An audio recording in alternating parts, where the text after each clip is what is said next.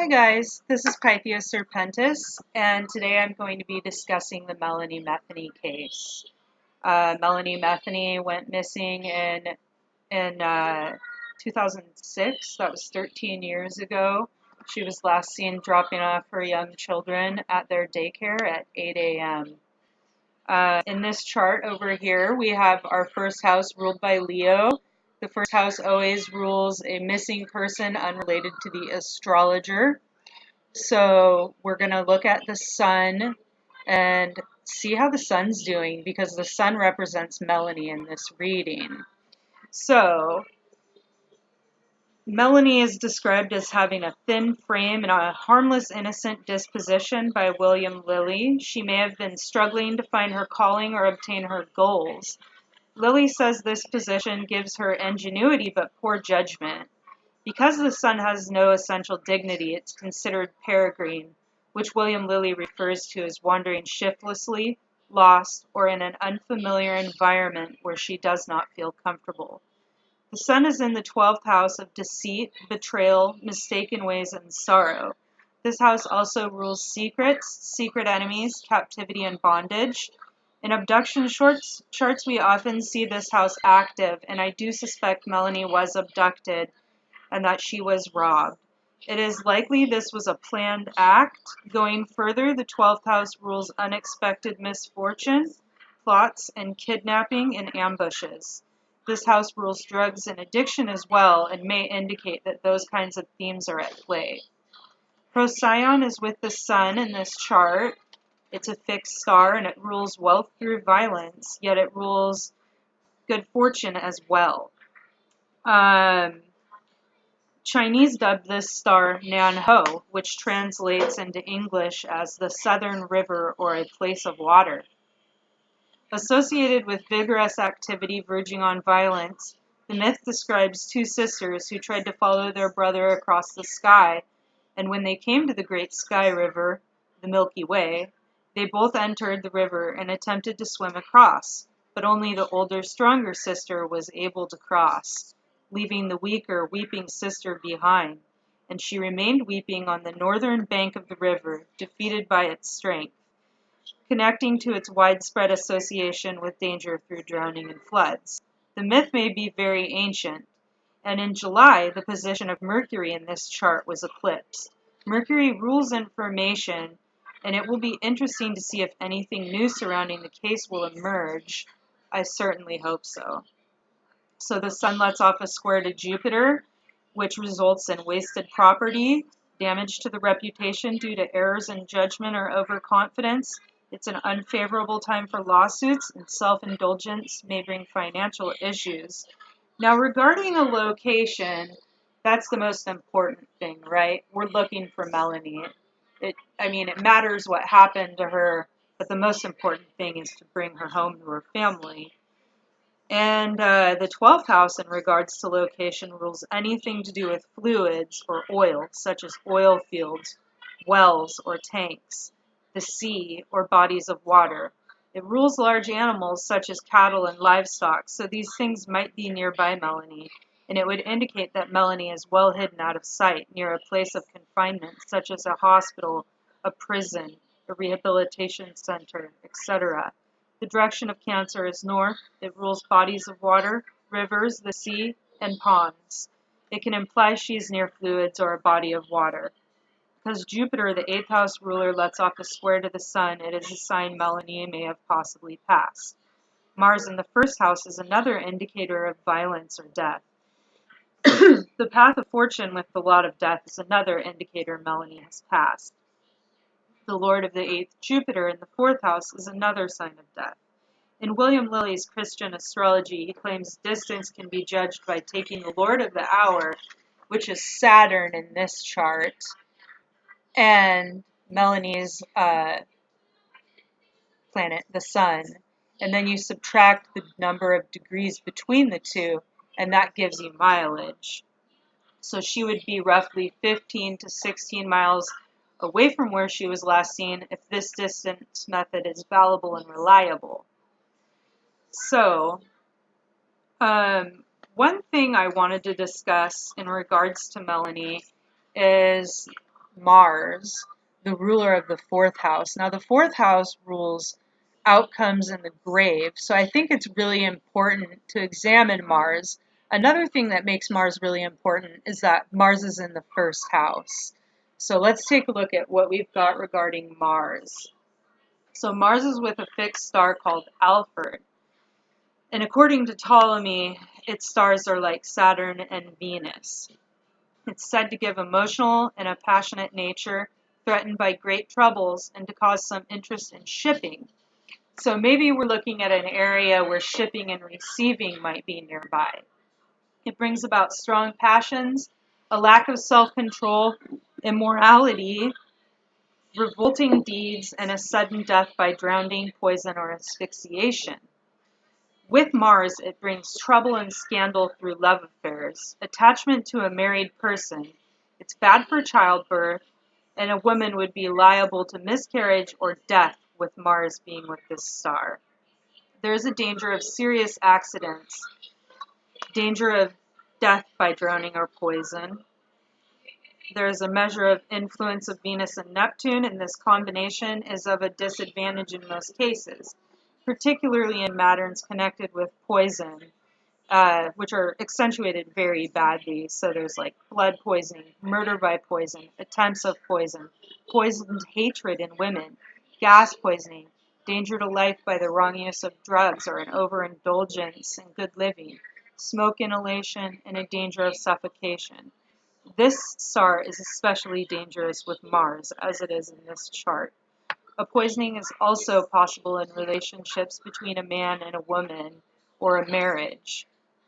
A legend that is associated with this star uh, is associated with the constellations of Corvus and the crater that lie on the back of the serpent, Alphard. In this story, the crow is sent by Apollo to fetch water in the bowl, but instead he loitered to eat figs from a tree. When the crow eventually returned to Apollo, it blamed the water snake for blocking the spring. But Apollo knew the crow was lying and punished the bird by placing him in the sky, where the water snake eternally prevents him from drinking out of the bowl. This story is also associated with Hercules and a monster that had many heads in battle. So because Mars rules the fourth house and represents the outcome of the situation, we're looking at themes like endings, the family homes, a person's grave, and anything that could be hidden in the ground being represented by this house. It seems like it's an important house, and it might give us more information about her location. Now, its conjunction with these stars, like, it gives us indications that she may be near a stream, a river, or a body of water.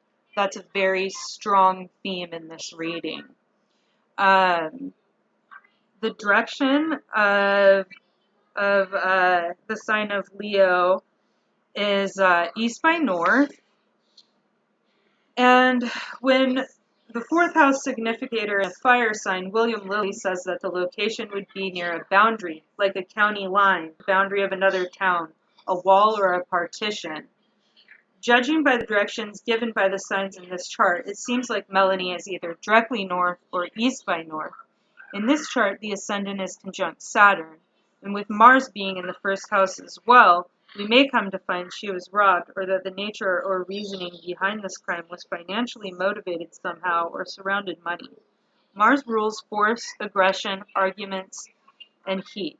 To see it in the first house along with Saturn rising gives me a really uneasy feeling about what must have transpired. Saturn rising conjunct the ascendant delays and inhibits the case and the situation, and could indicate that when and if we get Melanie back, she may be in damaged condition, and she will not be returned to us in the same condition she was in. Mars and Saturn in these positions can indicate that the case will take a very long time to solve. So, one thing I wanted to talk about was the constellation Canis Major, which had the fixed star that was conjunct the Sun. It's associated with the 18th tarot trump, the Moon, which also has an image of a body of water. It looks like it's possibly a pond or lake or whatever connected to a stream or river. With this card, things are not always what they seem. Illusions and hidden forces obscure the reality of what is really happening. Disagreements with a loved one, emotional outbursts, intense emotions, and there's also a crayfish pictured on this card. So it kind of makes me wonder if maybe places that people would go crawfishing, like freshwater streams, might be nearby Melanie. Um, it kind of brings with it the craziness of a full moon. And if you look closely at the two pillars in the moon card, you'll realize that those same pillars are featured in the death card. And this is where the path from the moon leads to, right? To the death card, according to Christopher Hughes, the author of the Celtic Tarot. In any missing persons chart, we want to go ahead and take a look at the moon. It gives us an overview of events and always co-rules the missing person.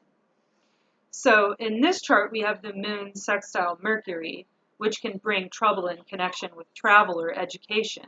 It's wise to take care when you're dealing with relatives and neighbors and the things that we say to others, because Mercury rules neighbors, gossip, sibling, information, and people like our kin. The moon squares Mars and shows Melanie amidst innumerable dangers and hardships. It's indicated by William Lilly that the person dies due to pestilence, dysentery, or the sword. Author Celeste Heal describes this aspect as meaning death in a public place in rare instances. This aspect can make a person susceptible to violence, accidents, and fits of rage. Moon opposite Jupiter. So if the moon be the significator, he is injured by faithless friends and deceitful relatives. His property is impoverished by hypocrites or fanatics, according to William Lilly in an introduction to astrology. The moon square Saturn. This aspect represents an interaction and relationship between Melanie and her opponent. This shows Melanie being extremely unfortunate, always in trouble with the lower order of mankind, from whom she receives many injuries, dying a miserable death. The suspect would be a wandering, unsettled person who is down-looking and prone to stooping forward with posture. This person has a poor disposition and is undependable. He will likely never achieve anything in life, such as a high position. This is the type of person who will kind of always be a loser. The path of fortune in this chart is conjunct the part of death, which is alarming, and it represents our physical health and well-being traditionally. So seeing it with the part of death is concerning at best.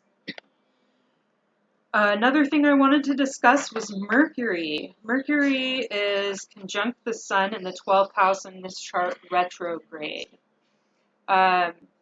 which I believe shows Melanie could have been with someone. She could have been driving, because Mercury does represent travel and cars. But if she was with someone, Mercury does rule the 11th house of friends in this reading, along with acquaintances and social networks. It's likely that Mercury signifies a friend Melanie might have been communicating with or meeting up with that day. When Mercury is in Cancer, the person is described as having a thinner, sharp face, smaller eyes, and a sharp nose. This is a person who enjoys drinking, is dishonest and ill-natured, very deceitful and changeable. A very mean wretch, according to William Lilly. It is possible this person also has naturally dark hair. When Mercury is with the Sun this way, it's called combust, and it would possibly connect Melanie with a person who's not good, someone younger, prone to deception and mean. This person may have a learning disability or be considered not very intelligent. Because the Sun's hiding Mercury in this chart, this person has probably avoided detection or been kept hidden or secret as a suspect. Maybe this person's not known about at all. Another thing I wanted to talk about in this reading was Venus. What's interesting about Venus in this chart is that it's actually conjunct Melanie's natal sun at a critical degree. Venus rules the 3rd house of information, automobiles, short trips, and the 10th house of fame and public standing, employers, our fate, and reputation. Given the association with the third house and vehicles, maybe we should be looking north of the vehicle as Cancer rules the direction north. Maybe Venus implies Melanie was a big media focus after she went missing. This is a planet that's getting added to the map when I get around to doing some mapping on Melanie's case. Venus in the 12th house can imply that relationships with men from the past resurface, especially relationships that ended badly. Or it could imply a secret relationship with a man as well. Venus opposes Pluto in this chart, and that's an interesting aspect because Pluto also opposes Melanie's sun, and that's dangerous. It can bring about unhealthy manipulation on the part of Melanie or another, and it could cause Melanie to lose something far more valuable than what she was attempting to get. The suspect in this chart is ruled by Saturn, and Saturn is in Leo. When Saturn is in Leo, the suspect is described as moderate to large in stature, with broad shoulders, large boned, surly, with sunken eyes, and apt to stoop to low levels, but not courageous or valiant when put to the test. For now, this is all I really have on Melanie's case, and I hope that somehow it helps her family and friends uh, to come up with some answers that maybe they were unaware of before. Please hit like and subscribe. And if you have any cases you would like to hear a reading on in the future, please let me know. I'll get to it and we can discuss it. Please leave a comment, like, and subscribe.